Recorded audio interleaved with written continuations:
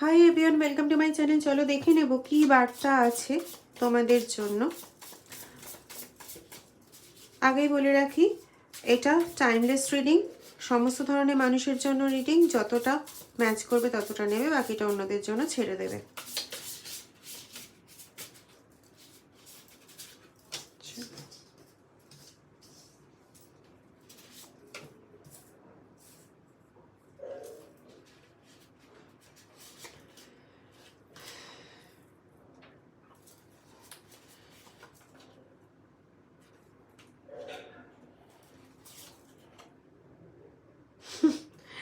তোমাকে নিয়ে লোকে একটা ভালো রকম না একটা টেনশনের মধ্যে পড়ে গেছে। তুমি যে একটা রহস্যময় বস্তু সেটা না ওরা খুব ভালো মতন বুঝতে পারছে।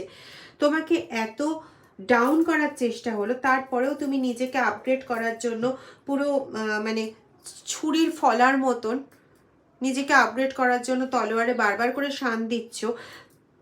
এরা বুঝতে পারছে যে তোমার মধ্যে তো সামথিং কিছু একটা আছে। মাদার আর্থের একটা ভালো রকম এনার্জি তোমার মধ্যে রয়েছে। তুমি মানুষকে আপন করে নিতে পারো খুব ভালো।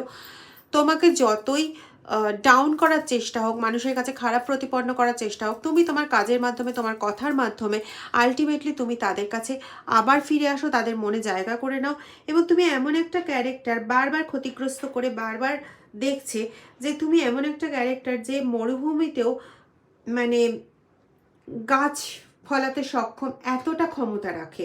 ঠিক আছে, মরুভূমিতেও বেঁচে থাকতে সক্ষম এতটা ক্ষমতা রাখে। এবং সেখানে সে যে মানে তুমি পুরোপুরি যে ঈশ্বরের প্রতি সমর্পিত হয়ে কাজ করো, এটাও তারা খুব ভালো মতন বুঝতে পারছে।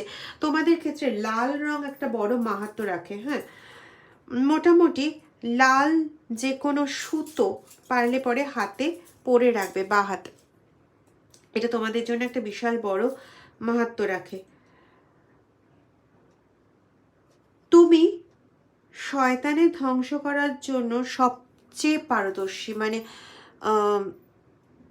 দেখবে মহাদেবের তো তিনটে রূপের কথা, তিনটে কাজের কথা বলা হয়, সৃষ্টি, স্থিতি, সংহার, তাই তো?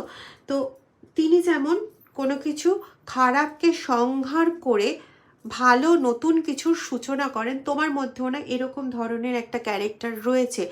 তোমার মধ্যে এই জিনিসটা রয়েছে যে আমি সমস্ত নেগেটিভ কিছুকে ধ্বংস করব, ধ্বংস করে ভালো কিছু সূচনা করব, এবং তুমি সেটা পারবে করতে।